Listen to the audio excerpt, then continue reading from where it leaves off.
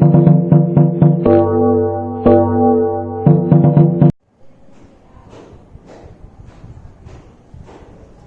વિદ્યાર્થી મિત્રો, ધોરણ નંબર 10 ની અંદર ફરીથી ગણિત પછી સાયન્સ ની શરૂઆત કરવાના છે અને એની અંદર આપણે ચેપ્ટર નંબર 11 ભણવાના છે. આમ તો ફિઝિક્સ નું ચેપ્ટર કહી શકાય એવું, માનવ આંખ અને એની રંગબેરંગી દુનિયા.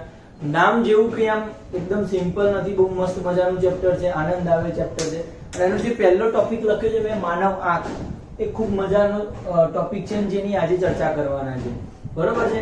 આખા ચેપ્ટરની અંદર તમે જે 10મા ધોરણમાં 10મા ચેપ્ટરમાં જે પ્રકાશનું પરાવર્તન અને વક્રીભવન ભણ્યા, તો એ ઘટનાઓ ભણ્યા છે અને એ ઘટનાઓ આધારિત, મતલબ કે પરાવર્તન અને વક્રીભવન આધારિત જે ઘટનાઓ બની રહી છે, મતલબ કે તારાઓનું ટમટમવું છે, સૂર્ય 2 મિનિટ વહેલો 2 મિનિટ મોડો ઉગે છે, 2 મિનિટ યસ, અને પછી તારાઓ ટમટમે છે, આકાશ ભૂરું દેખાય છે, સાંજના સમયે આકાશ થોડું રાતાશ પડતું દેખાય છે વગેરે. પછી પ્રકાશીય વર્ણપટ, જે મેઘધનુષ્યના જે અલગ અલગ રંગ દેખાય છે, કેવી રીતે દેખાય છે, પ્રકાશનું પ્રકિરણ વગેરે જેવી ઘટનાઓ તમે બહુ મજા આવે એ રીતે સમજવાના છો આ ચેપ્ટરમાં. 5 માર્ક્સનું અને સૌથી ઇમ્પોર્ટન્ટ, મતલબ કે લગભગ 4 અને 3 માર્ક્સના ક્વેશ્ચન પૂછાઈ શકે એવું છે. બરોબર. એમાંથી ઇમ્પોર્ટન્ટ ક્વેશ્ચન હું તમને કહેતો હોઈશ એટલે ખાસ ધ્યાન રાખજો. અને એમાં સૌથી પહેલો જ ટોપિક આપણો આવે છે માનવ આંખ. શું છે? માનવ આંખ.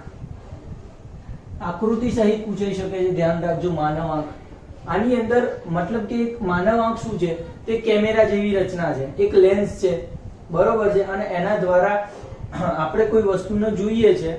બરોબર છે. એ વસ્તુના પ્રકાશ, એ વસ્તુ પરથી આવતા પ્રકાશના કિરણો આપણી આંખમાં પ્રવેશે છે. ત્યાં અંદર આપણા આંખમાં લેન્સ છે, એ લેન્સ દ્વારા પરાવર્તન પામી, વક્રીભવન પામે છે. લેન્સ એટલે કે વક્રીભવન પામશે, અને બહિર્ગોળ લેન્સ હોય છે આપણી આંખમાં. તો વક્રીભવન પામ્યા પછી પાછળ રેટિના ઉપર પડે છે. એ રેટિના ઉપરથી સંદેશાઓ ચેતાપેશી દ્વારા મગજને પહોંચાડવામાં આવે છે અને મગજ એની ઓળખ કરે છે કે આપણે સામે વસ્તુ જે પડી છે એ કઈ વસ્તુ છે. બરોબર. તો એની આપણે આખી રચના સમજીએ માનવ આંખની, અને એને કેવી રીતે અંદર પ્રકાશીય કિરણો કેવી રીતે ગતિ કરે છે એ જોઈશું. તો સૌથી પહેલા એની આકૃતિ દોરવી જરૂરી છે. આકૃતિ મારે જોડે બહુ સરખી આવશે નહીં બોર્ડ ઉપર, કારણ કે ગોળ સર્કલ દોરવાનું છે. તો તમારે શું કરવાનું છે, તો એવરેજ પરિકરની મદદથી 5 સેન્ટીમીટરનું વર્તુળ દોરવાનું, અને એના કરતા થોડીક ત્રિજ્યા ઘટાડી અને બીજું વર્તુળ, એટલે 2 વર્તુળ સળંગ દોરી દેવાના છે આ રીતે. અને પછી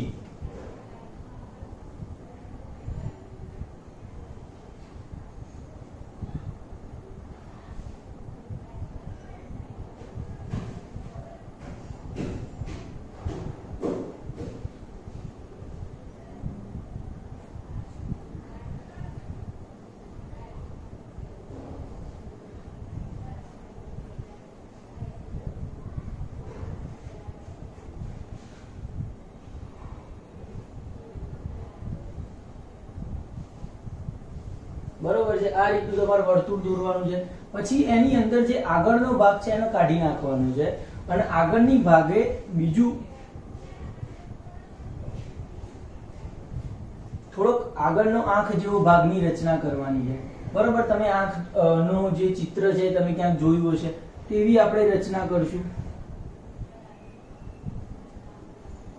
યસ, બિલકુલ આવી.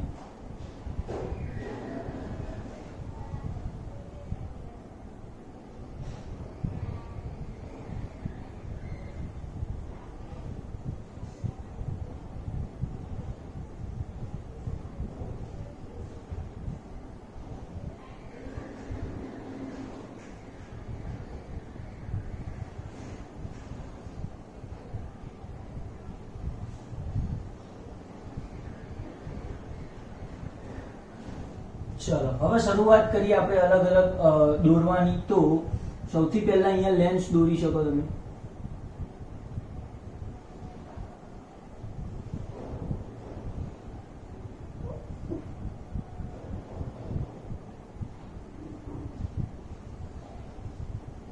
આવો લેન્સ હોય છે, એની અંદર આગળ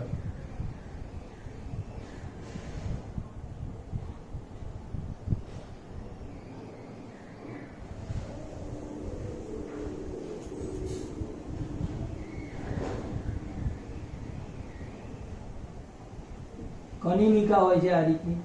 બહુ શાંતિથી સમજાઈશ કે તમારે કઈ રીતની પેટર્નથી દોરવાનું છે. બસ આ રીતે દોરવાનું હું દોરું છું તો તમને સરળતા રહેશે.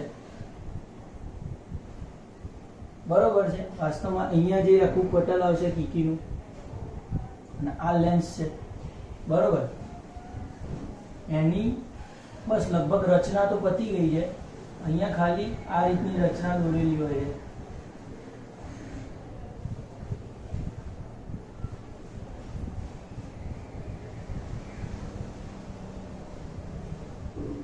આ થઈ ગઈ તમારી આંખ તૈયાર. નામ નિર્દેશન કરવું પડશે બહુ સરસ મજાનું.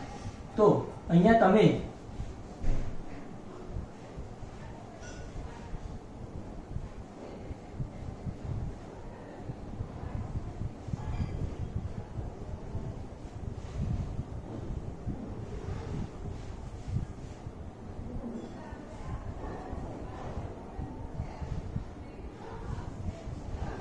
આ થોડું પેન્સિલ તમારી પાસે હોય એટલે આ જે દિવાલ જે છે અંદર વાળી દિવાલ એને થોડી તમે જાડી કરી શકો. બરોબર છે. યસ. આખું જે રેટિનાનો વર્ણપટ કહેવાય એને, આખું રેટિના આવે અહીંયા બધે. અલગ અલગ નામ નિર્દેશન આપે. સૌથી પહેલા આંખની અંદર જે પ્રવેશ થાય છે આ જે આગળનો ભાગ આ એના પારદર્શક પટલ કહેવામાં આવે છે. શું છે? પારદર્શક પટલ કહેવામાં આવે છે. પારદર્શક પટલની અંદરનું જે દ્રવ્ય રહેલું હોય છે આ દ્રવ્યને કહેવાય છે તરલ રસ. તરલ રસ. એના પછી તમને જે આ ઉપરના ભાગમાં અને નીચેના ભાગમાં આ જે આંગળી જેવી રચના દેખાય છે આ અને આ એને કહેવાય છે કનિનિકા. નિકા. બરોબર છે. એના પછી જે આ રચના જે છે એના લેન્સ કહેવાય છે. શું છે આ? લેન્સ અથવા બહિર્ગોળ લેન્સ કહી શકો. બહિર્ગોળ લેન્સ ટૂંકમાં જે બંને કનિનિકા હતી એની આગળની જે છે સપાટી, બંનેની વચ્ચેની સપાટી જે આગળની સપાટી એને કીકી કહેવાય છે. બરોબર છે. અને આ છે આખો એ આંખનો ડોળો છે. આંખનો ડોળો છે. બરોબર છે. આ જે પાછળનો જે ભાગ છે આખો જે સપાટી આખી અંદરની સપાટી જે છે એને આપણે કહેવાય છે નેત્રપટલ અથવા રેટિના. આ જે છે જે આજે અહીંયાથી મગજમાં સંદેશા પહોંચાડવામાં આવે છે આને દ્રષ્ટિ ચેતા કહેવાય છે. દ્રષ્ટિ ચેતા. બરોબર વાત છે. અને આ જે ભાગ જે છે અંદરનું જે દ્રવ્ય રહેલું હોય છે અહીંયા કાચ રસ હોય. કાચ રસ. પછી આ જે અહીંયા જે આ સ્નાયુઓ જેવું દેખાય છે, રેખાઓ દોરી છે આજુબાજુ, એ છે સિલિયરી સ્નાયુઓ. સિલિયરી સ્નાયુ. આ અને આ બંને એક બાજુના દર્શાવે છે. તો આ થઈ ગઈ તમારી આંખની રચના. તમે અંદર થોડુંક આ જે ઘાટો ભાગને હું પેન્સિલની મદદથી કરી શકો છો, પણ આટલું તમે દોરી શકો. બહુ પરફેક્ટલી દેખાય એ રીતે મેં તમને દોરી આપ્યું છે. હવે આપણે ચર્ચા કરવાના છે માનવ આંખ. તો લગભગ માનવ આંખ છે એ કેમેરા જેવી રચના છે અને એનો અંદરનો હું લગભગ મોટા મુદ્દાઓ લખીશ અને આના સિવાય તમારે કઈ લગભગ બહુ લખવાની જરૂર નહીં, પણ એવી સાદી ભાષામાં બનાવી છે. માનવ આંખ તો લગભગ માનવ આંખના સૌથી પહેલા તો એના ભાગ જોઈ લેવાના. સૌથી પહેલા તમે ટૂંકનોટ લખવાની શરૂઆત કરો, તમારે 4 માર્ક્સમાં પૂછાઈ શકે તો શું લખવાનું? તો કે એના બધા ભાગ લખી નાખવાના. આ જેટલું નામ નિર્દેશન કર્યું છે એ તમારે અહીંયા લખવાનું 1 2 3 વગેરે કરીને. બરોબર છે. તે તમે લખી શકશો. એના પછી તમારે લખવાનું છે એની રચના. રચનાની અંદર શું આવે છે? તો રચનાની અંદર માનવ આંખ જે છે એટલે કે માનવ આંખના ડોળાનો વ્યાસ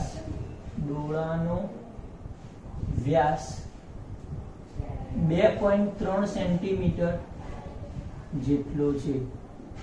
કેટલો છે માનવ આંખના ડોળાનો વ્યાસ? 2.3 સેન્ટીમીટર જેટલો.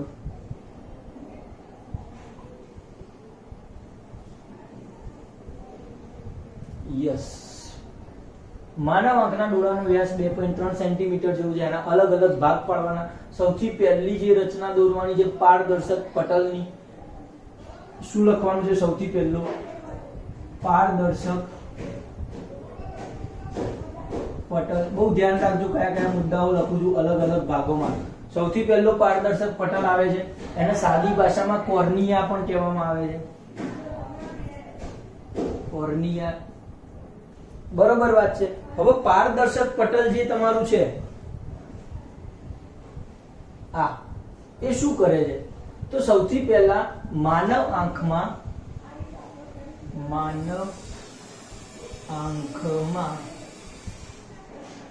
સૌથી બહારનો ગોળાકાર ભાગ છે જે પારદર્શક આંતરપટ અથવા અંતરપટ ધરાવે છે. બરોબર વાત છે, આટલી ખબર પડવી જોઈએ. સૌથી બહારનો જે ભાગ છે ને, આ બહારની સપાટી જે ગોળાકાર વધારાની દોરી છે એ પારદર્શક પટલ છે. કોર્નિયા કહેવામાં આવે છે માનવ આંખમાં સૌથી બહારનો ગોળાકાર ભાગ કે જે પારદર્શક, મતલબ કે અંદર કિરણો જઈ શકે એવો પારદર્શક આંતરપટ ધરાવે છે. મુદ્દા નંબર 2, માનવ આંખ જે છે એની અંદર આ પારદર્શક પટલમાં મુદ્દા નંબર 1 કે સૌથી પહેલા પ્રકાશના કિરણો આંખમાં પારદર્શક પટલ દ્વારા પ્રવેશ થાય છે. પારદર્શક પટલ દ્વારા આંખમાં પ્રકાશના કિરણો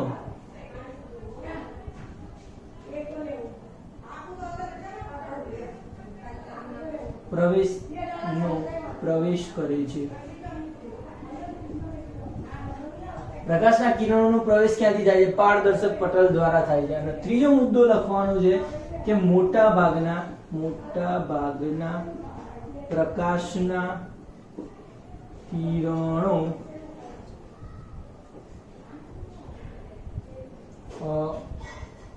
નું વક્રીભવન પારદર્શક પટલ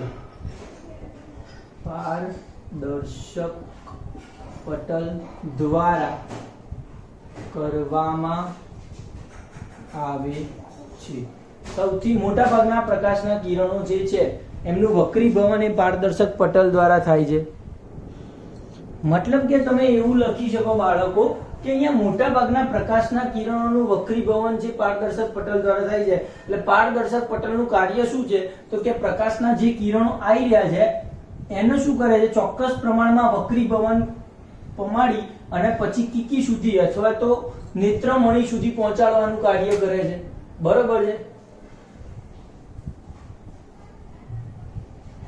લેન્સના નેત્રમણી પણ કહેવામાં આવે છે, હમણાં વાત કરશું આપણે. બરોબર છે. તો મોટા ભાગના પ્રકાશના કિરણનું વક્રીભવન, આ મુદ્દો ખાસ ભૂલવાનો નથી. એક તો પ્રવેશ અહીંયાથી કરશે અને પાછું વક્રીભવન જે છે એ પારદર્શક પટલ દ્વારા કરવામાં આવે છે. હું નાના મુદ્દા લખ્યા છે, આના તમે વધારામાં નાના બીજા મુદ્દા ઉમેરી શકો શબ્દો પ્રમાણે, એની બહુ ચિંતા કરવાની નહીં. પારદર્શક પટલ દ્વારા બીજું, એના પછી બીજું શું આવે છે? તો પારદર્શક પટલમાંથી પ્રકાશના કિરણો સીધા કનિનિકા સુધી પહોંચે છે. કનિનિકાનો મુદ્દો જુઓ શું છે? કનિનિકા આઈરિસ કહેવાય છે આને. શું કહેવાય છે? આઈરિસ. ઇંગ્લિશમાં આને આઈરિસ શબ્દ, ગૂગલમાં સર્ચ મારવું હોય તો આઈરિસ લખવું પડે. તો ચલો, કનિનિકાનું કાર્ય શું છે? તો કનિનિકા વાસ્તવમાં અહીંયા જે પારદર્શક પટલની પાછળના ભાગમાં આવેલો, પારદર્શક પટલના પાછળના ભાગમાં આવેલો ઘેરો સ્નાયુમય પડદો છે. કયો પડદો છે? યાદ રાખજો, ઘેરો સ્નાયુમય પડદો કે જેની અંદરથી પ્રકાશ પસાર થઈ શકે નહીં. તો આ જે બે ભાગ દર્શાયા છે આંગળી જેવા, એ બેની વાત થઈ રહી છે. અને એ છે કનિનિકા, પાછળના ભાગમાં આવેલો ઘેરો સ્નાયુમય પડદો છે જે કીકીને નાનું મોટું કરવાનું કામ કરે છે. બરોબર છે. કીકીને નાની મોટી કરવાનું કાર્ય કરે. મહેરબાની કરીને મુદ્દા પાડજો દરેકમાં, જેમ હું પાડું છું એમ. અને આખા સાયન્સમાં કોઈ પણ ક્વેશ્ચન લખો, મેં જોયું તમારા પેપર તપાસું ત્યારે ઘણી તકલીફ પડે છે લખવામાં તમને લોકો. મુદ્દા પાડી લખો એમ સરસ લાગશે. કીકીને નાની મોટી કરવાનું કાર્ય કરે છે, બરોબર. આ કનિનિકા છે. અને જે આંખનો રંગ દર્શાવે છે, શું દર્શાવે છે? આંખનો રંગ દર્શાવે. મતલબ કે અમુકના આંખોના રંગ તમે અલગ અલગ હોય છે, જોયા છે, બરોબર છે. તો એ અલગ અલગ ભૂરા રંગની આંખ હોય છે. એ બધું રંગ જે છે કનિનિકાના જે પડછાયો પડતો હોય છે એના લીધે તમને એવો રંગ દેખાય છે, એના કારણે, આ કનિનિકાના કારણે. તો કામ શું છે કનિનિકાનું? તો અહીંયા જે કીકી જે છે, અહીંયા ધારો કે પ્રકાશના કિરણો આવે તો એ પ્રકાશના કિરણો કેવા છે એના ઉપર ડિપેન્ડ કરે છે. જો પ્રકાશના કિરણ તેજ હોય તો અહીંયાથી આ કીકીને શું કરે છે? નાની, આ કનિનિકા છે નાનું કરી દેશે કીકીને અહીંયા, એટલે ઓછા પ્રકાશના કિરણો પ્રવેશવા દે એટલે આંખને નુકસાન ના કરે. અને જ્યારે પ્રકાશ ઝાંખો આવતો હોય ત્યારે આ કનિનિકા છૂટી પડે, અને છૂટા પડતાની સાથે કીકી પોળી જાય છે અને પ્રકાશના વધારે કિરણો અંદર જઈ શકે અને આપણે સરળતાથી જોઈ શકીએ. તો આવી રચના છે. એટલે કનિનિકાના માધ્યમથી કીકી નાની મોટી થાય છે, બરોબર છે. એટલે કીકીને નાની મોટી કરવાનું કાર્ય કરે છે. એના પછીનો ટોપિક આવે છે કીકી. નહીં સમય? 100% નહીં સમય. ચલો, બરોબર વાત છે. એક કામ કરો, હવે મને આકૃતિની જરૂર તો પડશે, એટલે સારું ભૂસીને આપણે કામ કરવું પડશે. ચલો, જેટલું સમય એટલું તો લખીએ. કીકી શું કાર્ય કરે છે? તો સૌથી પહેલો મુદ્દા નંબર 1, કીકી એટલે કે જે કનિનિકાની વચ્ચે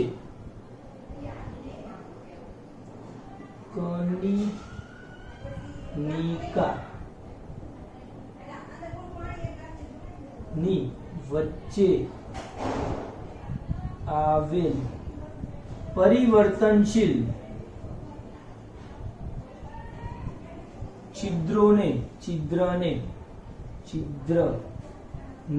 કીકી કહે છે.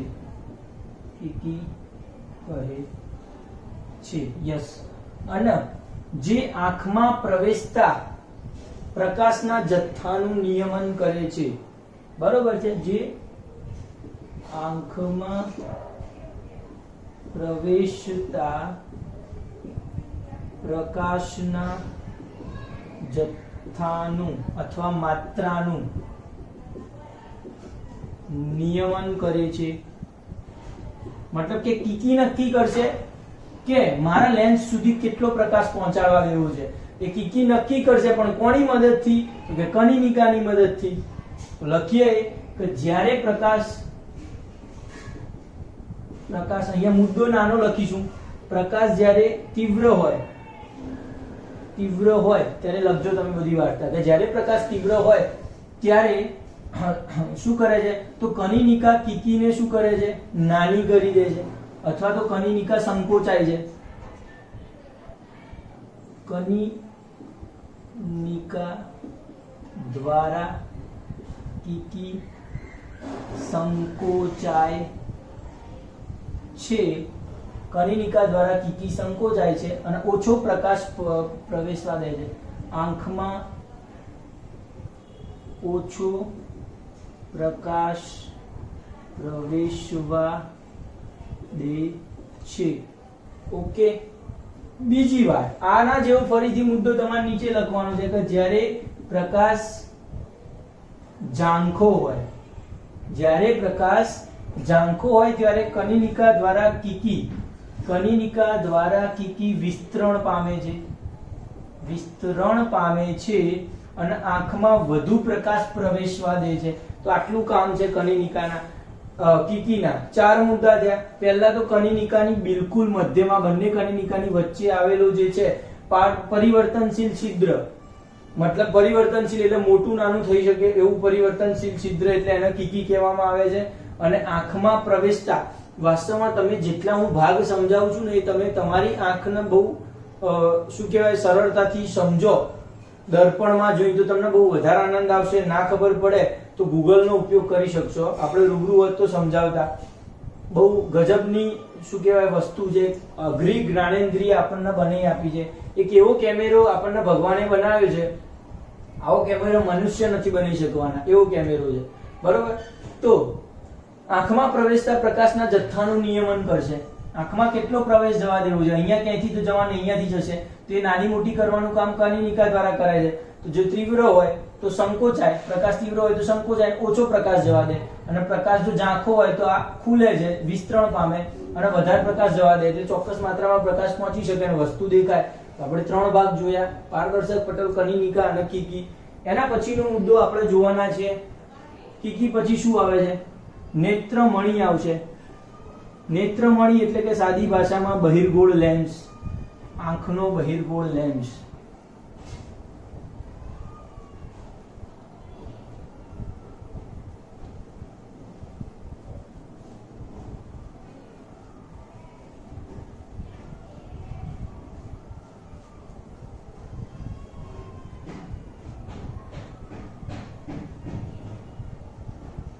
ચાલો, એના પછી છે અહીંયા નેત્રમણિ અથવા લેન્સ. શું કામ કરે છે નેત્રમણિ અથવા લેન્સ? તો કીકીમાંથી આવતા પ્રકાશના કિરણો જે છે, બરોબર છે, એનું વક્રીભવન કરી નેત્રપટલ સુધી પહોંચાડવાનું કાર્ય કરે છે આ નેત્રમણિ. મતલબ કે કનિનિકા અથવા કીકીના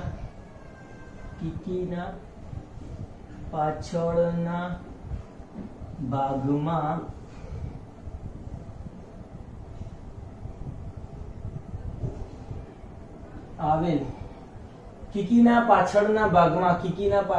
ભાગમાં આવેલ રેસામય જેલી જેવા પ્રોટીન ના બનેલ ભાગને નેત્રમણિ કહે છે.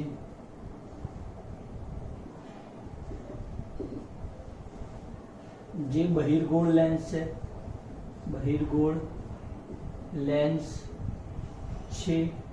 પછી બહિર્ગોળ લેન્સ છે વાસ્તવમાં નેત્રમણિ. અને જ્યારે પ્રકાશના કિરણ પસાર થાય છે ત્યારે સિલિયરી સ્નાયુ દ્વારા તેની વક્રતામાં ફેરફાર કરી અને કેન્દ્ર લંબાઈ નાની કે મોટી કરી શકાય છે, બરોબર છે. સિલિયરી સ્નાયુ દ્વારા નેત્રમણિ અથવા તો લેન્સ ને જાડો કે પાતળો કરી કેન્દ્ર લંબાઈમાં ફેરફાર કરી શકાય છે. કેન્દ્ર લંબાઈમાં ફેરફાર કરી શકો છો.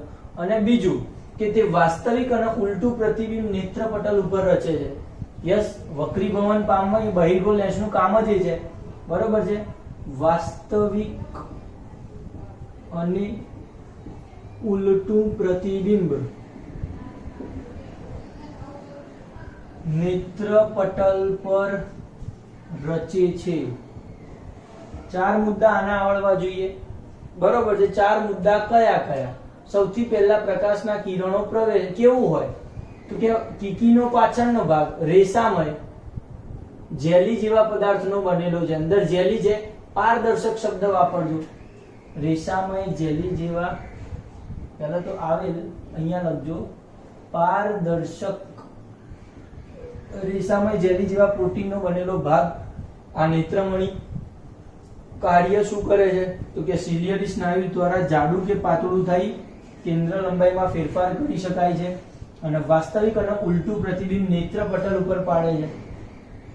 આગળનો ટોપિક છે નેત્રમણિ, પછી ભણીએ છે સિલિયરી સ્નાયુઓ.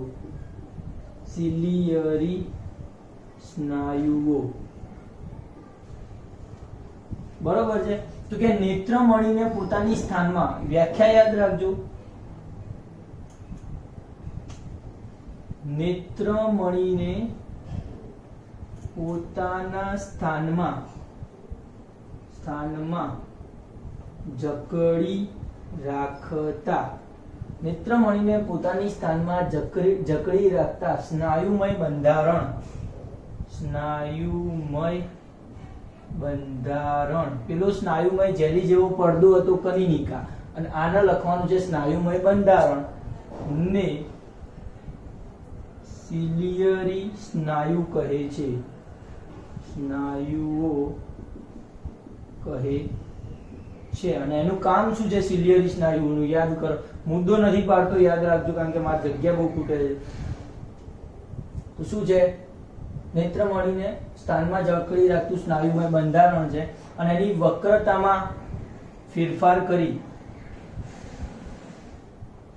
જે નેત્રમણીની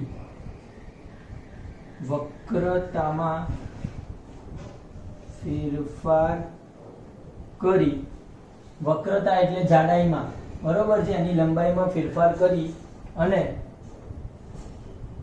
કેન્દ્ર લંબાઈ બદલી શકાય છે, બદલી શકે છે. એ સિલિયરી સ્નાયુ. સિલિયરી સ્નાયુ શું કરી શકે?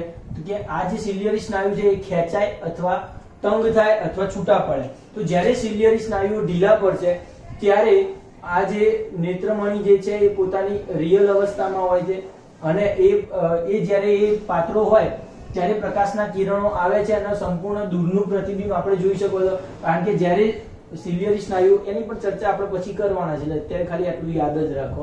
નેત્રમણી પોતાના સ્થાનમાં જકડી રાખતું સ્નાયુમય બંધારણ, આ જે છે આને ખસવા ના દે અને અહીંયા ચોક્કસ જગ્યાએ જકડી રાખે છે. અને જે નેત્રમણીની વક્રતામાં આ જાડું કે ખેંચાય એટલે જાડું કે પાતળું થાય નેત્રમણી, અને કેન્દ્ર લંબાઈમાં ફેરફાર થઈ શકે છે. એટલી વાત યાદ રાખવાની છે. એટલે અહીંયા આ મુદ્દામાં લગભગ સિમિલારિટી આવશે, ધ્યાન રાખજો, બરોબર છે. એના પછી છે મેઇન મુદ્દો, નેત્રમણી આવી જાય અને સિલિયરી સ્નાયુ, પછી આવે છે નેત્રપટલ.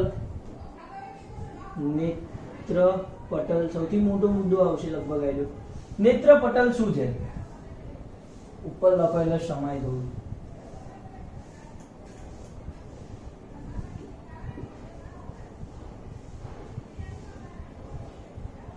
નેત્રપટલ અથવા રેટિના.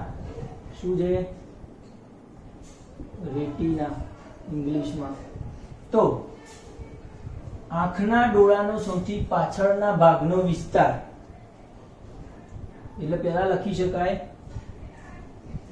આંખના ડોળાનો સૌથી પાછળના ભાગનો વિસ્તાર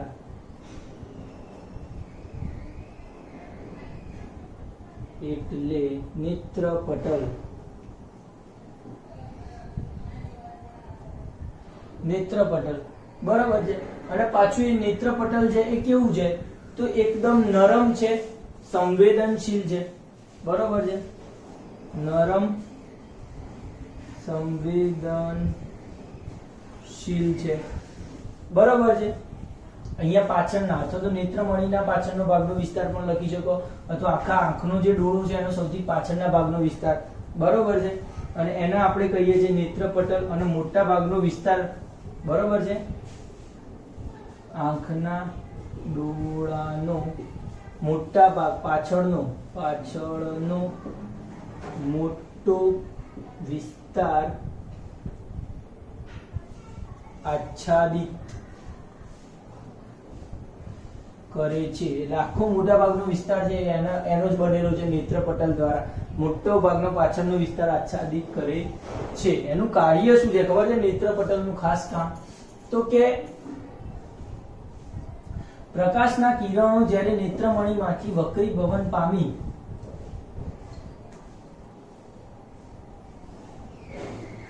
એટલે કે જ્યારે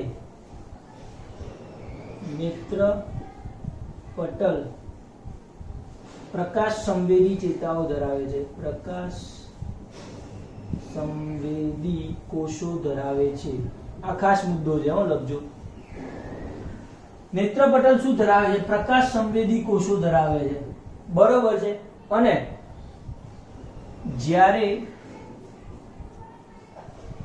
સૂર્ય પ્રકાશ અથવા તો પ્રકાશ ખાલી જ્યારે પ્રકાશ આ કોષો પર પડે છે ત્યારે તે સક્રિય થાય છે, ત્યારે તે સક્રિય થાય છે અને વિદ્યુત સંદેશા ઉત્પન્ન કરે છે. વિદ્યુત સંદેશા ઉત્પન્ન કરે છે. આ વિદ્યુત સંદેશાના મગજ સુધી પહોંચાડવાનું કામ દ્રષ્ટિ ચેતા કરશે. એ પછી લખીએ છીએ. આટલે સુધી પ્રકાશ સંવેદી કોષો ધરાવે છે, જે પ્રકાશ આ કોષો પર પડે છે અને ત્યારે તે સક્રિય થાય છે અને વિદ્યુત સંદેશા ઉત્પન્ન કરે છે. બરોબર છે. તો આ થઈ ગયું નેત્રપટલનું કાર્ય. આટલું તમને ખાસ આવડવું જોઈએ. બરોબર છે.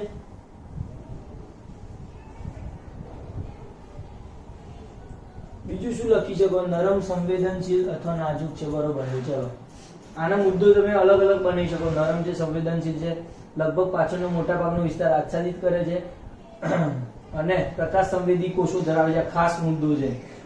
એના વગર આંખમાં આ વસ્તુ ના દેખાય આપણને. અને જ્યારે પ્રકાશ આ કોષો ઉપર પડે છે, અહીંયા પ્રકાશ સંવેદી કોષો હોય, અહીંયાથી વક્રીભવન પામી ઉલટું પ્રતિબિંબ એટલે પ્રકાશના કિરણો અહીંયા પડે એટલે એ એક્ટિવ થઈ જાય, સક્રિય થાય અને પછી વિદ્યુત સંદેશા ઉત્પન્ન કરે. એ વિદ્યુત સંદેશાઓ જે છે એ દ્રષ્ટિ ચેતા મારફતે જશે. એટલે આ તમને ખબર પડી જોઈએ કે સૌથી પહેલા પ્રકાશના કિરણો જે છે, પછી સમજાવું લાસ્ટમાં બધું સમજાવું. આ ભૂસો હજી એકાદ વખત ભરાઈ જશે. બહુ લાંબી ટૂંકનો જ છે એટલે જરૂરી નથી કે 4 માર્ક્સમાં આવું પૂછાય. 3 માર્ક્સમાં એવું કહી દે કે 3 મુદ્દા કોઈ પણ સમજાવવાના કહી દે. 2 માર્ક્સમાં 2 મુદ્દા સમજાવવાના કહી દે. 1 મુદ્દો સમજાવવાનો કહી દે. નેત્રમણીની અંદર બહિર્ગોળ લેન્સ આવે છે, યાદ રાખવાનું છે. 1 SQ. બીજા નંબરનો SQ આંખના ડોળાનો વ્યાસ છે 2.3 સેન્ટીમીટર છે. બરોબર છે. ત્રીજા નંબરનો SQ આંખમાં પ્રવેશ ક્યાંથી થાય છે? તો કે પારદર્શક પટલ દ્વારા. ચોથા નંબરનો SQ કે કીકીનું કામ શું છે? તો કે આંખમાં પ્રવેશતા પ્રકાશના કિરણોના જથ્થાનું નિયમન કરવાનું. યસ, આવા ક્વેશ્ચનો પૂછાઈ શકે, ધ્યાન રાખજો. માનવ આંખ આપણે કેટલે હતા? દ્રષ્ટિ ચેતા સુધી આવે. દ્રષ્ટિ ચેતા. દ્રષ્ટિ ચેતા કોણ કહેવાય છે? તો કે દ્રષ્ટિ ચેતા એટલે કે પ્રકાશ સંવેદી કોષો દ્વારા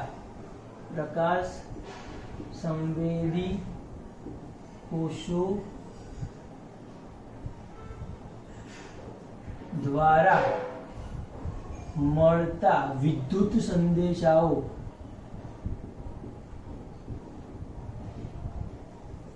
દ્રષ્ટિ ચેતા મારફતે મગજ સુધી પહોંચે છે. મગજ તેનું અર્થઘટન કરે છે.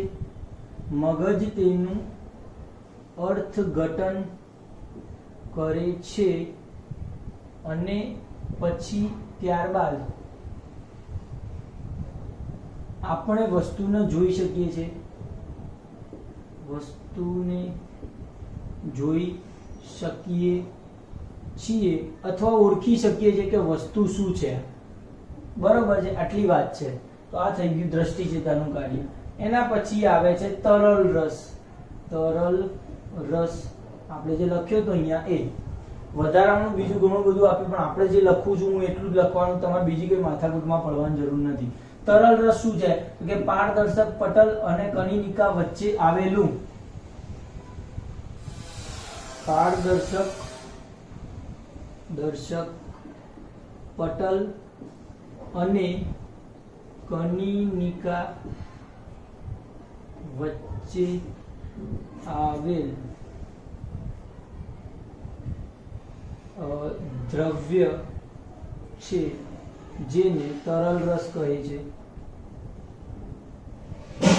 પ્રવાહીમય દ્રવ્ય છે એવું લખી નાખવાનું. બરોબર છે. શું લખશો? પ્રવાહી જેવું દ્રવ્ય છે એને તરલ રસ કહે છે. તરલ રસનું કામ શું છે? તો આંખના આંતરિક દબાણથી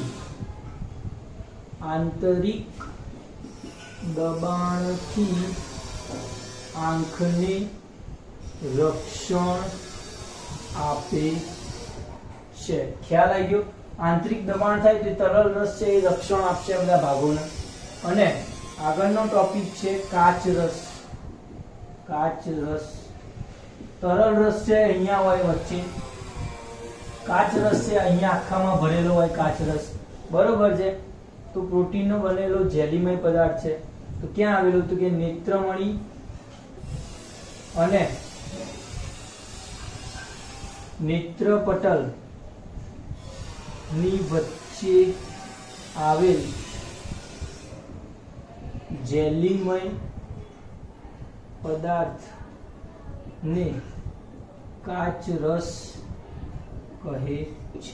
આટલી તમારું માનવ આંક પતે છે. સરસ મજાનું માનવ આંક પતાવી દીધું. ઘણું બધું લખ્યું છે, અલગ અલગ દરેક ભાગો આપણે દર્શાવ્યા છે. સૌથી પહેલા સ્ટાર્ટ કરી દઉં ફરીથી એકવાર રિવિઝન. તો પારદર્શક પટલ અથવા એને કોર્નિયા કીધું હતું. શું કીધું હતું આપણે? કોર્નિયા કીધું હતું. યસ, આવો મુદ્દો લખવાનો તમારે કોર્નિયા કહેવાય એને.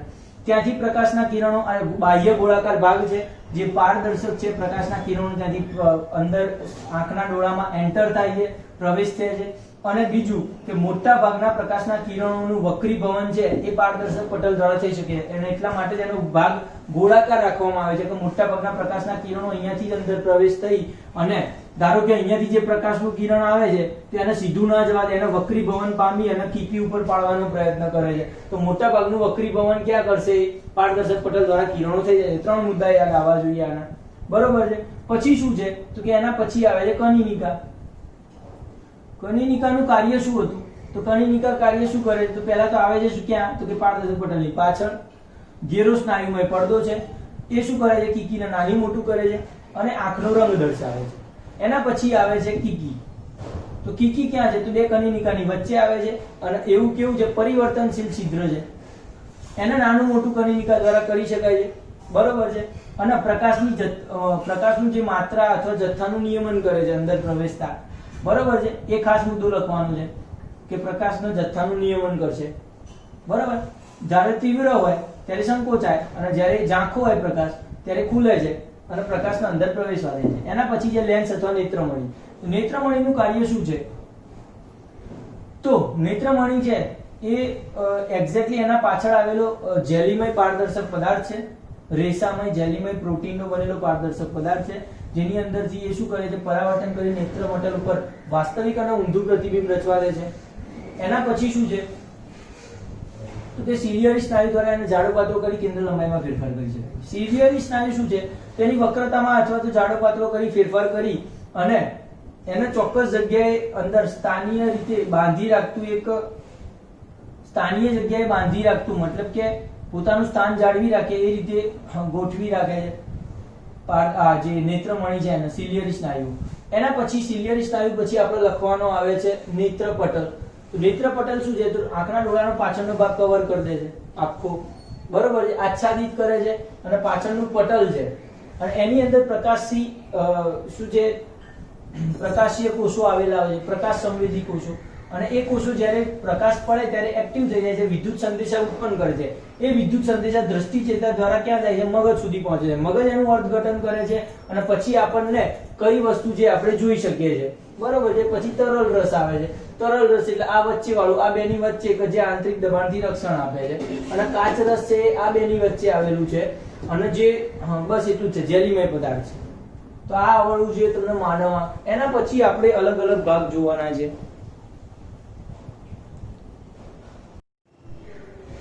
ચલો વિદ્યાર્થી મિત્રો, આપણે માનવ આંખ સંપૂર્ણપણે જોઈ છે. હવે એ માનવ આંખની અંદર જે મેઇન બે વસ્તુ હતી કે જે લેન્સ હતો અને સિલિયરી સ્નાયુ હતા, તો કેવી રીતે એકબીજાને નાનો મોટો કરી અને પોતાની સમાવેશન ક્ષમતા જોઈ શકે છે, તેના માટેનો મેઇન ટોપિક છે સમાવેશન ક્ષમતા અથવા એકોમોડેશન કહેવાય છે, કેપેસિટી, બરોબર છે. એકોમોડેશન એટલે શું છે? તો સમાવેશન ક્ષમતા એ શું છે એની પહેલા થોડી ચર્ચા કરીએ, મજા આવે એવી. કે તમે જ્યારે સૂર્યપ્રકાશ જ્યારે બહાર સૂર્યની સામે તમે જોઈ લો ત્યારે શું થશે? તો ત્યારે સૂર્યના મોટા કિરણો જે છે તીવ્ર કિરણો એ તમારી આંખ ઉપર પડતા હોય છે અને એના કારણે આપણી જે કનિનિકા છે એ શું કરે છે તો એ કીકીને નાની કરશે, કારણ કે આખા બધા કિરણો જો આપણી આંખમાં પ્રવેશે તો આંખને નુકસાન થવાનું છે. તીવ્ર કિરણ એના કારણે કીકીને નાની કરે છે કનિનિકા, બરાબર છે. પછી તરત જ જો તમે સૂર્યની સામે જોઈ રહ્યા પછી તમે અંધારા અથવા તો આપણા નોર્મલ રૂમમાં એન્ટર મારો છો તો શું થશે તો તમને આ નોર્મલ વસ્તુ દેખાવાની બંધ થઈ જશે થોડાક સમય માટે, અને પછી પાછું થોડાક સમય પાછી હતી એવું ઓરિજિનલ દેખાવા મળશે. તો એવું થવાનું કારણ માત્ર એટલું જ છે કે જ્યારે તમે એ વસ્તુનો સૂર્ય સામે જોઈ રહ્યા હોય છે ત્યારે તમારી કનિનિકા દ્વારા તમારી કીકી નાની થઈ ગઈ હોય છે. પછી ત્યારે તમે તરત જ રૂમમાં એન્ટર મારો છો એટલે તરત જ તમારી જે કનિનિકા દ્વારા કીકીની લંબાઈ મોટી થતી નથી, ત્યાં પ્રોબ્લેમ થાય છે. તરત જ ના થવાના કારણે તમે એન્ટર મારો ત્યાં સુધી તો તમારી કનિનિકા અથવા કીકીની જે છે લેન્થ એ નાની રહે છે અને એટલા માટે તમને વધુ ઝાંખા પ્રકાશમાં વધુ પ્રકાશના કિરણો આવવા નહીં દે એટલે ઓછું દેખાશે, બરાબર છે. પણ ધીમે રહી અને કનિનિકા સેટ કરી દેશે કીકી, પછી ફરીથી દેખાવાની શરૂઆત થઈ જાય છે. એટલે કનિનિકા અને કીકી વચ્ચે આ રીતનું કનેક્શન છે. બીજી વાત છે કે સિલિયરી સ્નાયુ અને નેત્રમણી વચ્ચે શું કનેક્શન છે, તો બહુ સરસ મજાનો ટોપિક છે એ. તો કે શું થાય છે આમાં, તો કે સિલિયરી સ્નાયુઓનું જે કામ હતું એ શું હતું તો કે નેત્રમણીને સિલિયરી સ્નાયુઓ નેત્રમણીના વક્રતામાં ફેરફાર કરી તેની કેન્દ્ર લંબાઈ બદલી શકે છે. કેન્દ્ર લંબાઈ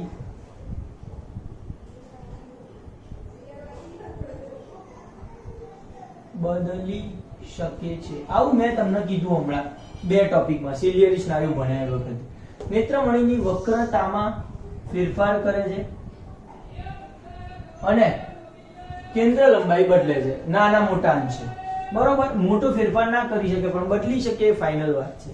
તો કઈ રીતે બદલે છે તો જ્યારે સમજો કે દૂરથી પ્રકાશના કિરણો અનંત અંતરેથી આવે છે અને સિલિયરી સ્નાયુ જ્યારે શિથિલ હોય, સિલિયરી સ્નાયુ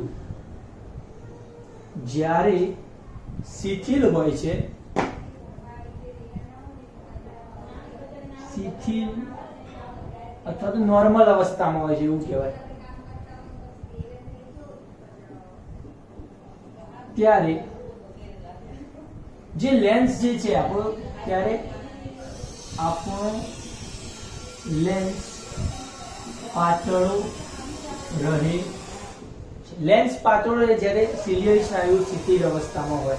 શિથિલ એટલે ઢીલા કહી શકાય. શું કહી શકાય આને, ઢીલા હોય ત્યારે આપણો લેન્સ પાતળો રહે, મતલબ કે આ રીતનો લેન્સ રહે. સમજી શકો તમે આમાં. અહીંયાથી સિલિયરી સ્નાયુ એકદમ નોર્મલ હોય, બરોબર, બહુ બળ ના લગાવતા હોય એ વખતે. હવે વાસ્તવમાં થશે શું તો ત્યારે લેન્સ પાતળો રહે છે અને જેના કારણે લેન્સની કેન્દ્ર લંબાઈ વધે છે. વાસ્તવિકતા એ છે કે લેન્સ જો પાતળો રહેતો હોય તો એની આ રીતનો આમ પહોળો થશે, આમ ઊંચો થશે અને એના કારણે એનું સર્કલ મોટું થશે તો વક્રતા કેન્દ્ર મોટું થશે, તેનું કેન્દ્ર લંબાઈ પણ વધવાની છે. તો જેમ જેમ લેન્સ પાતળો થશે એમ આમ ખેંચાશે અને કેન્દ્ર લંબાઈ વધશે.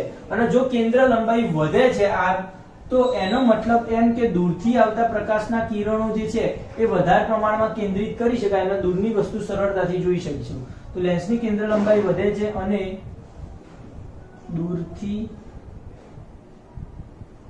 આવતા પ્રકાશના કિરણો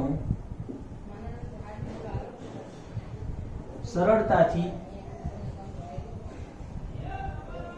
કેન્દ્રિત કરી શકાય છે અથવા દૂરની વસ્તુને સરળતાથી જોઈ શકાય. આની જગ્યાએ શું લખી શકો, દૂરની વસ્તુને સરળતાથી જોઈ શકાય છે. બીજું છે ટોપિક કે જો સિલિયરી સ્નાયુઓ સંકોચન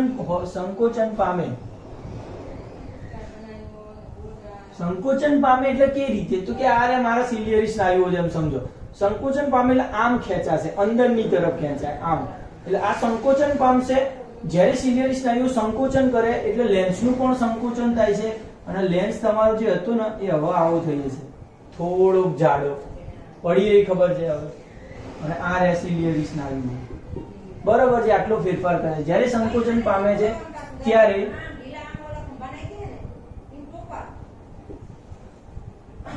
લેન્સ જાડો થાય છે. લેન્સની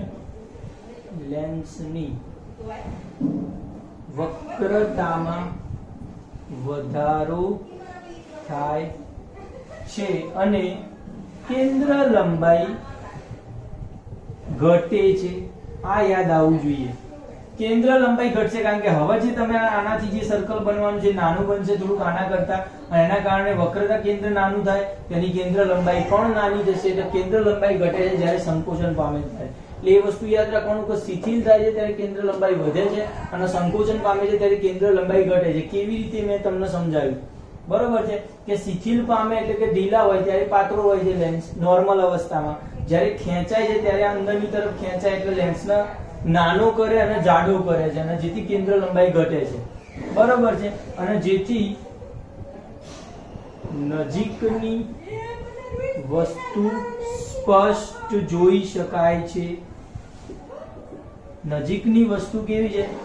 સ્પષ્ટ જોઈ શકાય છે, બરોબર છે. આનાથી નજીકની વસ્તુ તમે આ આંખના લેન્સની વાત થઈ રહી છે.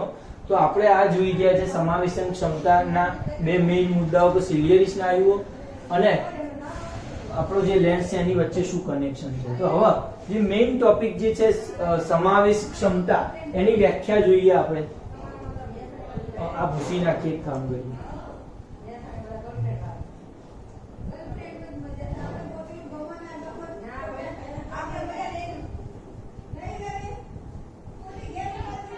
ચલો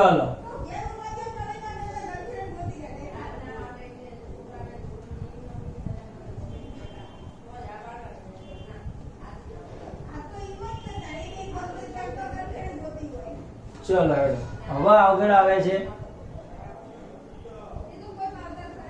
સમાવેશન ક્ષમતા. સમાવેશન ક્ષમતાની ટૂંકમાં કેવી રીતે લખી શકાય? તો બહુ મસ્ત, કે દૂરની અને નજીકની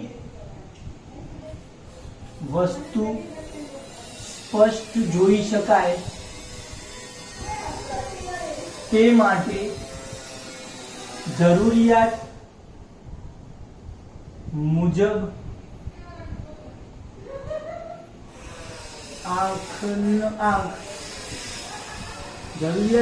આંખની પોતાના લેન્સની કેન્દ્ર લંબાઈમાં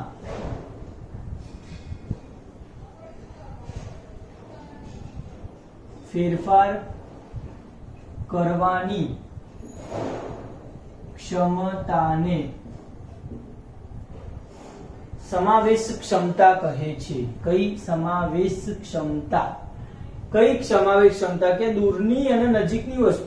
તમને જે હમણાં સિલિયરી સ્નાયુમાં સમજાવ્યું કે સ્પષ્ટ જોઈ શકીએ ને આપણે, એના માટે જરૂરિયાત મુજબ આંખની જે લેન્સ છે, એકમાં પાતળો થતો હતો, કેન્દ્ર લંબાઈ વધતી હતી ને એકમાં ઘટતી હતી, તો આંખના પોતાના લેન્સની કેન્દ્ર લંબાઈ કરવાની જે આંખની ક્ષમતા જે છે, કેપેસિટી ઓફ આઈસ, બરોબર છે, એકોમોડેશન કેપેસિટી, તો એને આપણે કહીએ છીએ સમાવેશ ક્ષમતા. આવડે છે? હવે એના પછી જોવાનું છે નજીકનું બિંદુ. નજીક બિંદુ અને દૂર બિંદુ કોણ કહેવાય છે? લઘુત્તમ બિંદુ અને મહત્તમ બિંદુ કહીશું. નજીક બિંદુ એટલે વાસ્તવમાં કેવી વાત છે?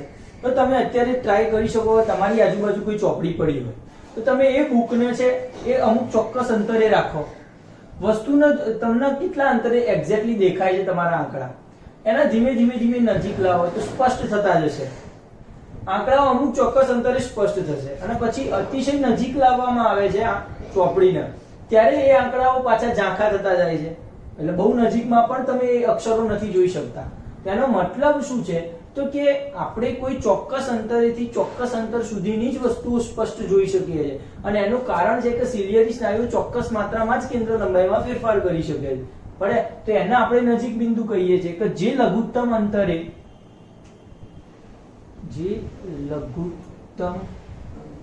અંતરે આપણે વસ્તુને સ્પષ્ટ જોઈ શકીએ છીએ તે અંતરને નજીક બિંદુ કહે છે.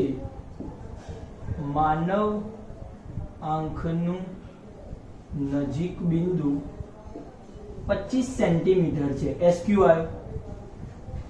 માનવ આંખનું નજીક બિંદુ કેટલું છે? ધ્યાન રાખજો, 25 સેન્ટીમીટર છે. એનો નજીક બિંદુ કહીશું, બરોબર છે. અને બીજું લઈએ છે દૂર બિંદુ.